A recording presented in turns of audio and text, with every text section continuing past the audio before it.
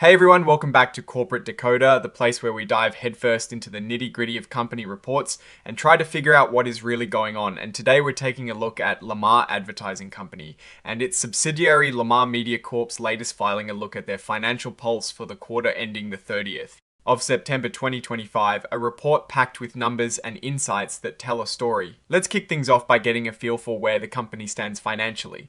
Looking at the balance sheet for Lamar Advertising Company and its subsidiaries, we see that as of the 30th of September 2025, their total assets were around $6.8 billion. That is a pretty hefty sum. Now looking at liabilities, they have about $5.7 billion. What is interesting is their stockholders' equity, which represents the owner's stake, stands at a little over $1 billion. This gives us a snapshot of the company's financial foundation before we dig deeper into its performance. Now let's talk about performance. For the 3 months ending the 30th of September 2025, Lamar Advertising brought in about $585.5 million in net revenues. That is a solid inflow of cash from their advertising business.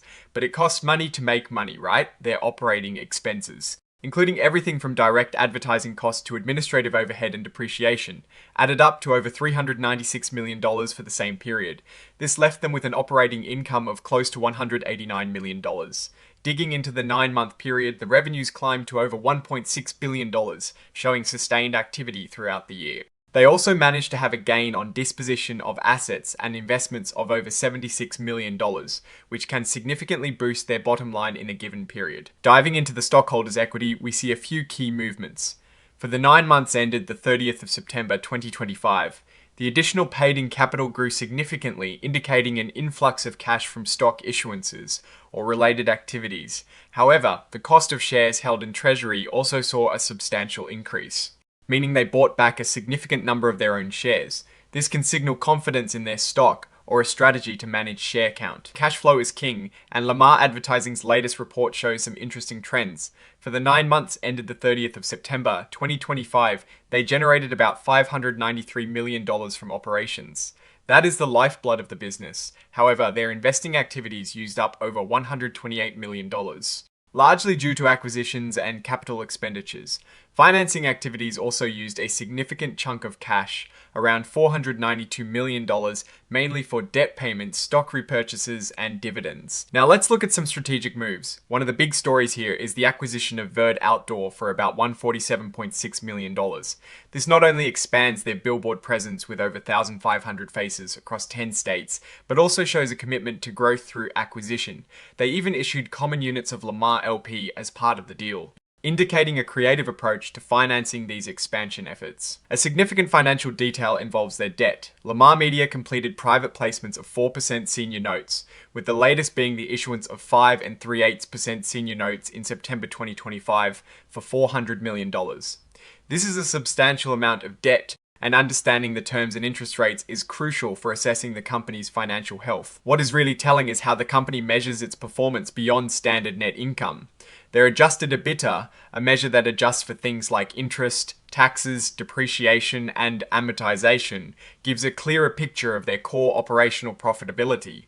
For the 9 months ended the 30th of September 2025, this figure was around $769 million, showing a healthy increase of 2.0% over the previous year. This growth in operational profitability, despite various accounting adjustments, is a positive sign. Breaking down that adjusted EBITDA further by segment, we see the billboard segment continues to be the star performer, contributing the lion's share of profitability. The other segment, which includes their logo and transit advertising, shows steady but smaller contributions. Corporate expenses, as expected, act as a drag on the overall numbers, but the strong showing from the core billboard business is undeniable. Let's zoom in on growth. For the 9 months ended the 30th of September 2025, net revenues increased by about $42.7 million, a 2.6% rise compared to the same period in 2024. This growth was mainly driven by their billboard advertising, which saw an impressive revenue jump of $37.9 million.